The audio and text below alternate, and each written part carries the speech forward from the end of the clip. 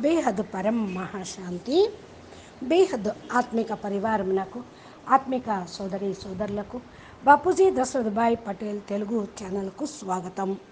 మనము ఈరోజు సంకల్పాల ద్వారా సంస్కారాల యొక్క పరివర్తన ఎలా జరుగుతుంది అనేటువంటి టాపిక్ గురించి జ్యోతి ప్రకాష్ భాయ్ చెప్పినటువంటి జ్ఞానమును తెలుగులో తెలుసుకుందాము.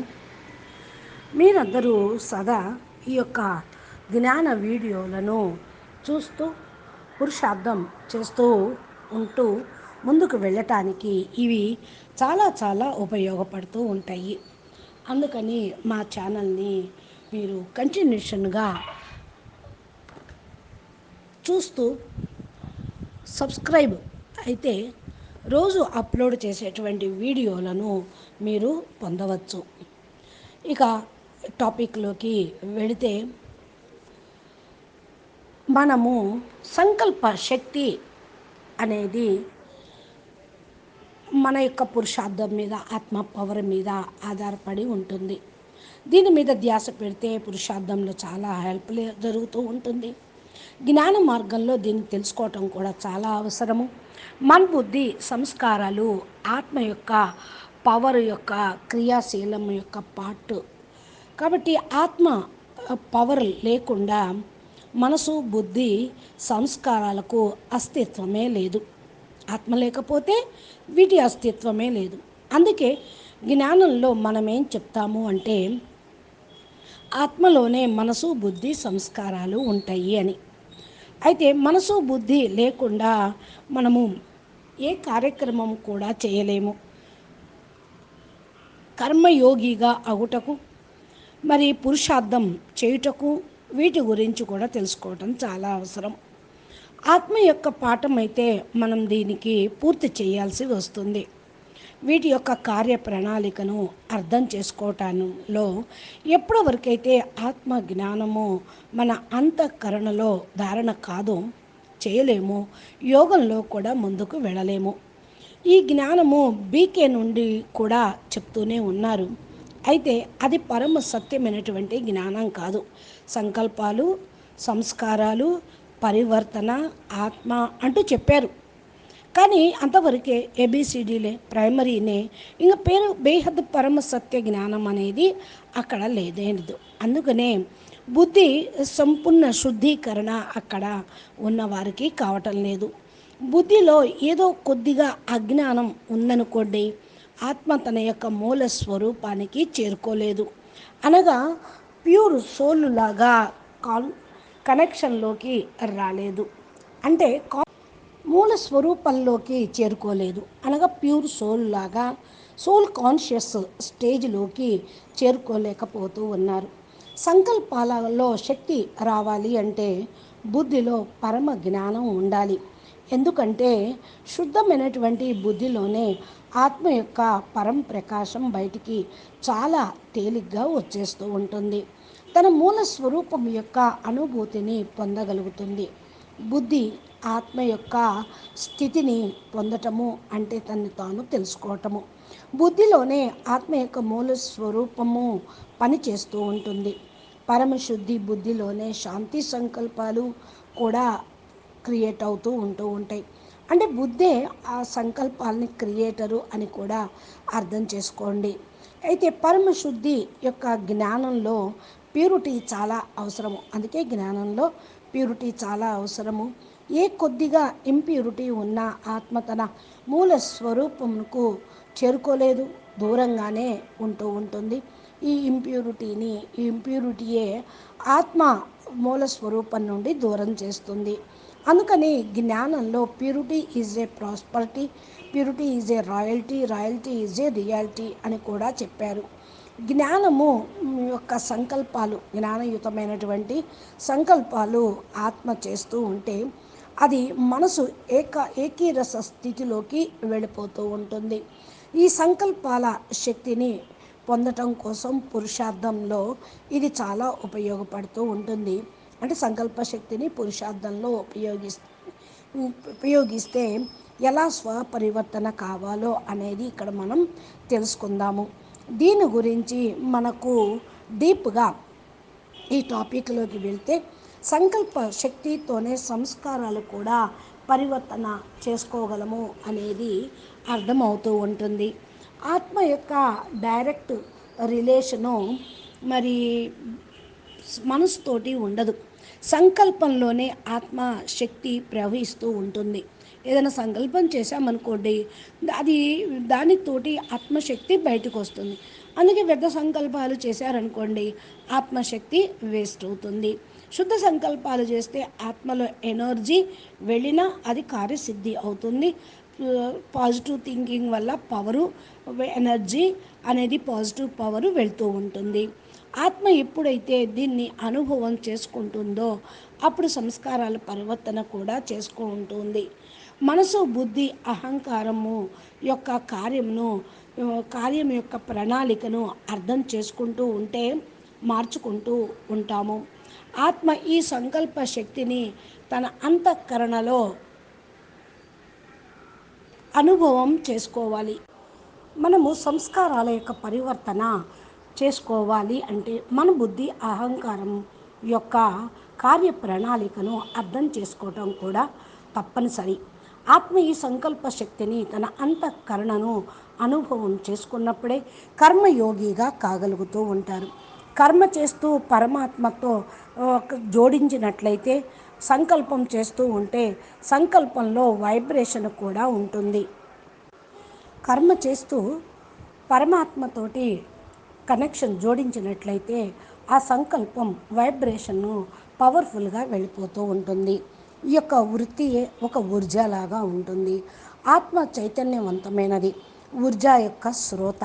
ఇదే గనక లేకపోతే అహంకారము అంతా మన బుద్ధి కూడా జడమే అవుతుంది. సంకల్పం చేయటం ఆత్మ యొక్క పని. అంటే మనసు ఏం చేస్తూ ఉంటుంది అంటే, మరి ఆత్మ లేకపోతే దీని అస్తిత్వమే లేదు కదా. అందుకని ఏదైతే కోరిక అనుభవించాలని మనసు క్రియేట్ చేస్తూ ఉంటుందో అప్పుడు మనసు మరి పూర్తిగా సంకల్పాలు, వికల్పాలను నిరంతరం చేస్తూ ఉంటుంది. మనసు అనేక ఇంద్రియాల ద్వారా బాహ్య జగత్తులోకి ప్రభావితం అయిపోతూ ఉంటుంది. వ్యర్థ సంకల్పాలు చేయటం ద్వారా మనసు యొక్క కార్యము పూర్తిగా తమో ప్రధానం వైపు, వ్యర్థ సంకల్పాల వైపు వెళ్ళిపోతూ ఉంటుంది. ఆత్మ కూడా కోరిక, భోగము చెయ్యాలి అనేది ఏమీ ఉండదు. కానీ మనసు లోపల ఆత్మ శక్తి వెళ్తూ ఆత్మ యొక్క శక్తి మనసు లోపలికి వెళ్తుంది కాబట్టి అప్పుడు సంకల్పాలు నడుస్తూ ఉంటాయి. మనసు ఆత్మలో ఎప్పుడైతే విలీనం అయిపోతూ ఉంటుందో అప్పుడు మనసులో రోజంతా అనేక సంకల్పాలు అనేవి రావు. అదే గనక విలీనం కాకపోతే సంకల్పాలు సముద్రంలోని అలల్లాగా వస్తూ పోతూ ఎగిసిపడుతూ ఉంటూనే ఉంటాయి. ఆత్మలో మనసు విలీనమైపోతే అవి ఆగిపోతూ ఉంటాయి. ఇవే వృత్తులు, సంకల్పాలు అలల్లాగా రావటం అంటారు. ఇవే అత్యంత అశాంతికి, అస్థిరత్వానికి సూచన అవుతూ ఉంటాయి. వీటి యొక్క స్పీడును ఆపటం కోసము బుద్ధిలో జ్ఞానము అనేది మనము వేస్తూ ఉండాలి. లేకపోతే అశాంతి యొక్క మనసు, అస్థిరమైనటువంటి మనసు ఆత్మ యొక్క శక్తిని క్షీణింపచేస్తూ ఉంటుంది. ఆత్మకు కష్టాన్ని కూడా కలిగిస్తూ ఉంటుంది. ఎక్కడైతే మరి మనసు లగ్నం అయిపోతూ ఉంటుందో అక్కడ బుద్ధి కూడా ఆ పని చేస్తూనే ఉంటుంది. ఈ విధంగా జ్ఞానం లేకపోతే మరి ఆత్మను మనసు వ్యర్థ చింతనలో కూడా ముంచేస్తూ ఉంటుంది. బుద్ధి అటు ఇటు భ్రమిస్తూ ఉంటుంది. ఆత్మ ప్రతి సెకండు సంశయాత్మకంగా ఉండిపోతూ ఉంటుంది. మనసు అశాంతిగా ఉంటే ఏవేవో ప్రశ్నల యొక్క చిక్కుల్లో చిక్కుకొని పోతూ ఉంటుంది. బుద్ధి ద్వారా ఆత్మకు జ్ఞానం ప్రాప్తిస్తుంది. ఎప్పుడైతే మరి ఉంటుందో, ఎంతవరకైతే ఆత్మకు జ్ఞానం అనేది మరి అందదో అంతవరకు కూడా భ్రమిస్తూనే ఉంటుంది. శుద్ధమైనటువంటి మనసు, బుద్ధి స్థిరంగా పరమాత్మ వైపు ఉంటూ ఉంటుంది. కాబట్టి మనము ఏదైతే మరి తెలుసుకుంటూ వాయుమండలం యొక్క ప్రభావంలో ఇరుక్కుపోతూ ఉంటాము. మాటి మాటికి అవే సంకల్పాల్లో వెళ్ళిపోతూ ఉంటుంది. మాటి మాటికి అదే సంకల్పంలో ఉండిపోతూ ఉంటుంది. బుద్ధి ఆత్మ కోసం మరి ఏది మంచో ఏది చెడో నిర్ణయించేది బుద్ధియే కదా. బుద్ధి కేవలం మరి చూస్తూ ఉంటుంది. బుద్ధి యొక్క పని ఏంటి? దాన్ని నిర్వర్తించటమే దాని యొక్క పని. మరి మనసు, ఇంద్రియాలు కార్యంలో ఉపయోగించటమే బుద్ధి యొక్క పని.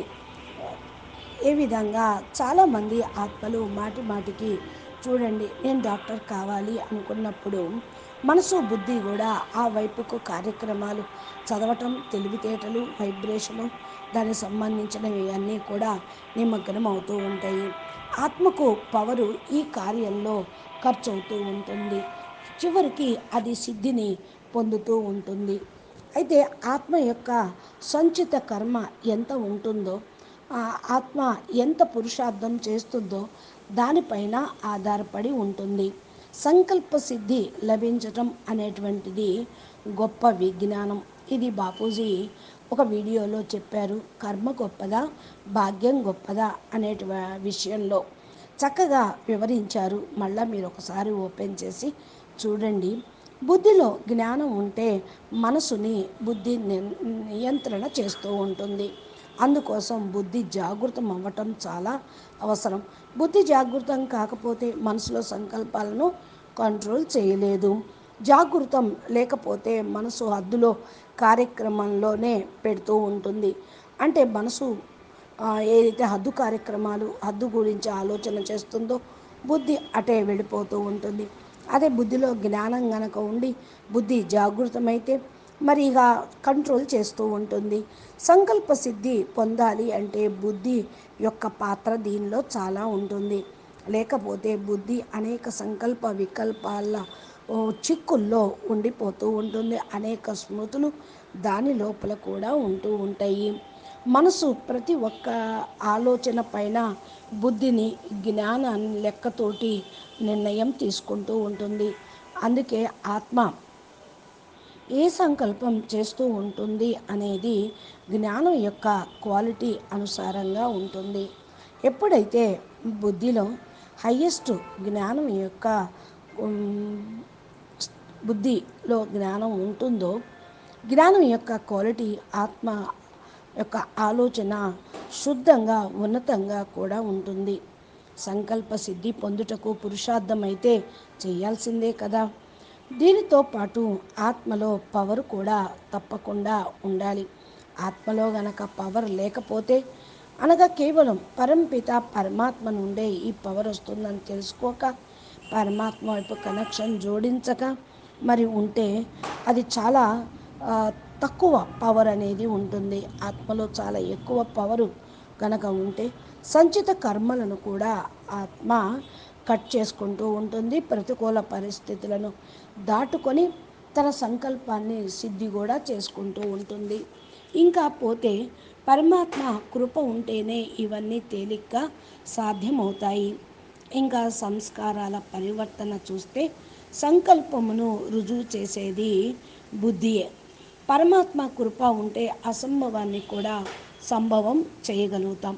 లేకపోతే సంస్కారాల కార్యం ఎటువంటిది అంటే అనేక జన్మల కర్మల ఖాతా సంస్కారాల కృప కూడా మరి సంస్కారాల సృజన చేస్తూ ఉంటుంది. దీన్నే అహంకారం అనవచ్చు. మనసు బుద్ధి కూడా సంస్కారానికి ప్రభావితం లోకి వచ్చేస్తూ ఉంటాయి. సంస్కారాలు ఇంకా ఇంకా పెరిగిపోతూ ఉంటాయి. ఎంతవరకైతే జ్ఞానం అనేది మనసు బుద్ధిలో ఉండదో అంతవరకు మరి సంస్కారాలు మారవు. మరి ఆత్మ యొక్క స్వభావానికి లోబడిపోతూ ఉంటుంది. ఎందుకంటే సంస్కారాలే స్వభావంగా తయారైపోతూ ఉంటాయి. మనసులో ఈ స్మృతులకు జన్మనిస్తాయి. బుద్ధి జ్ఞానం యొక్క లెక్కతోటి ఈ యొక్క స్మృతి సంకల్పమును సిద్ధింపజేసుకుంటూ ఉంటుంది. ఆత్మశక్తి ఈ విధంగా ఖర్చు అవుతుంది. అన్నిటికంటే ముఖ్యమైన ఇంపార్టెన్స్ ఏంటి అనగా ఆత్మ యొక్క జ్ఞానము. ఆత్మలో ఏ జ్ఞానం ఉందో దాని అనుసారంగా బుద్ధి శక్తివంతంగా అవుతూ ఉంటుంది. హద్దులో జ్ఞానం ఉంటే హద్దులో శక్తి, బేహద్దు జ్ఞానం ఉంటే బేహద్దు శక్తి ఇమర్జు చేసుకుంటూ ఉంటుంది. ఈ బుద్ధినే బుద్ధియే ఆత్మకు చాలా దగ్గరగా ఉంటున్న కారణం వల్ల ఎక్కువ ఆత్మ ప్రభావితం అవుతూ ఉంటుంది. ఆత్మ రాజు అయితే బుద్ధి దీనికి మంత్రి లాంటి వాడు. బుద్ధి సంకల్పమును క్రియేట్ చేస్తూ చేస్తూ వీటిని సిద్ధింప చేసుకోవడానికి కూడా ప్రయత్నం చేస్తూ ఉంటుంది. అయితే ఆత్మ అయితే మరి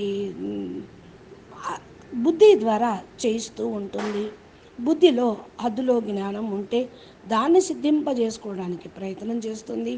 సంకల్ప సిద్ధి కూడా అవ్వవచ్చు. అదే గనక ఆత్మలో ఉన్న పవరు పైన కూడా ఇది ఆధారపడి ఉంటుంది. సంచిత కర్మల పైన కర్మ ఆధారపడి ఉంటుంది.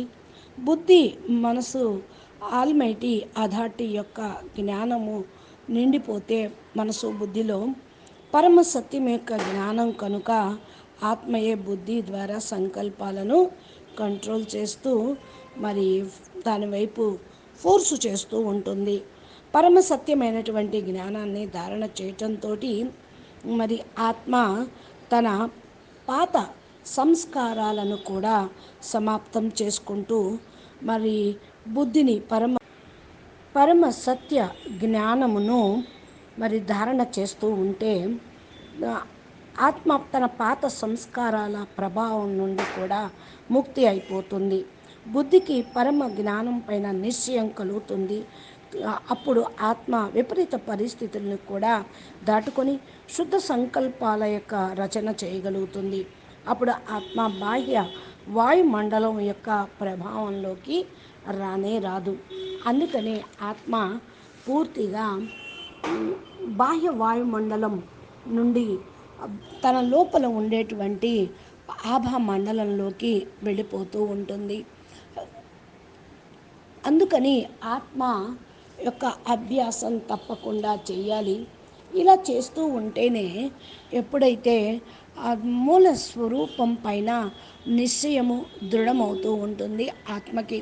అనగా నేను పరంపిత యొక్క సంతానమును అని బుద్ధి నిశ్చయాత్మకంగా ఉండటం కూడా జరుగుతుంది. అప్పుడు మనసు సంస్కారాల పైన వెళ్ళి నిశ్చయాత్మకంగా ఉంటుంది. పరమ జ్ఞానయుక్తమైనటువంటి బుద్ధి మరి సంస్కారాలు పైకి కూడా ఇంకా బుద్ధి పైకి వెళ్ళిపోతూ ఉంటుంది. సంకల్ప శక్తి ద్వారా సంస్కారాన్ని పరివర్తన చేసుకోగలుగుతుంది. బుద్ధి యొక్క పని నిర్ణయం చేసుకోవటం కనుక పరంపిత యొక్క పరమ జ్ఞానము పైన దృఢ నిశ్చయం ఉన్నప్పుడు మనసు పరంపితతోటి ఏకాగ్రమవుతుంది. అనేక జన్మల యొక్క సంస్కారాలను కర్మలను కూడా మనసు యొక్క గతి నిర్ణయిస్తుంది. ఎప్పుడైతే పూర్వజన్మ సంస్కారాలు అనేక జన్మల సంస్కారాలు ప్రకటితం అయినప్పుడు బుద్ధి కూడా ఏకాగ్రం కాదు, మనసు ఏకాగ్రం కాదు. అయితే ఆత్మ కోరుకుంటుంది నేను బేహద్ పురుషార్థం చెయ్యాలి అని. కానీ మనసు స్థిరంగా లేని కారణం వల్ల బుద్ధి ఇది కంట్రోల్ చేయటం అనేది జరగదు. మనసులో పరంపిత పరమాత్మని స్మృతి కనుక ఉంటే శుద్ధ సంకల్పాలు నింపుతుంది. బుద్ధి పరంపితతోటి కనెక్ట్ అయిపోతూ ఉందనుకోండి, మనసు సంకల్పాలతోటి ఏకాగ్రం అవుతుంది. ఆత్మలో నుండి పవరు వస్తూ ఉంటుంది. సంస్కారాల యొక్క పరివర్తన కూడా అవుతుంది. ఆత్మకు పరమ జ్ఞానంతో పాటు పరంపిత స్మృతి కూడా చాలా అవసరమే. ఎంత పరంపితను అర్థం చేసుకుంటారో అంత ప్రేమ కలుగుతుంది. జ్ఞానం కూడా అర్థమైతే ప్రేమ ఎక్కువగా కలుగుతుంది. కాబట్టి ఎంత ప్రేమ ఉంటుందో అంత పవర్ వస్తుంది. ప్యార్ హీ పవర్ హై అంటారు. నిశ్చయం ఎంత దృఢంగా ఉంటుందో అంతగా బుద్ధిలో జ్ఞానం కూడా ధారణ చేయగలుగుతారు. బాప్ సమానంగా కావాలని ప్రయత్నం కూడా చేస్తారు. ఎందుకంటే బాపు నుండి నేను వేరుగా లేము, ఆత్మే పరమాత్మ మరి ఆత్మ పరమాత్మని యొక్క సంతానం కనుక ఆయన పవరు మన లోపల ఉంటుంది. అందుకే మనము సాకార బాపు యొక్క మహత్యం చాలా దీనిలో ఉంటుంది. ఈ సమయంలో పరమ జ్ఞానము ఆత్మ మరి ఆత్మలో శుద్ధ బుద్ధి జాగృతమైతే తన మూల స్మృతి వచ్చేస్తూ ఉంటుంది. ఆత్మ వాయుమండలం మూల ప్రభావం నుండి ముక్తి పొందుతూ ఉంటుంది.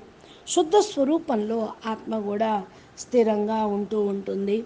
ఏకీరస స్థితిని పొందినటువంటి ఆత్మ మనసు స్థిరమైన కారణం వల్ల పరంపితలో కూడా నిమగ్నమై మునిగిపోతారు.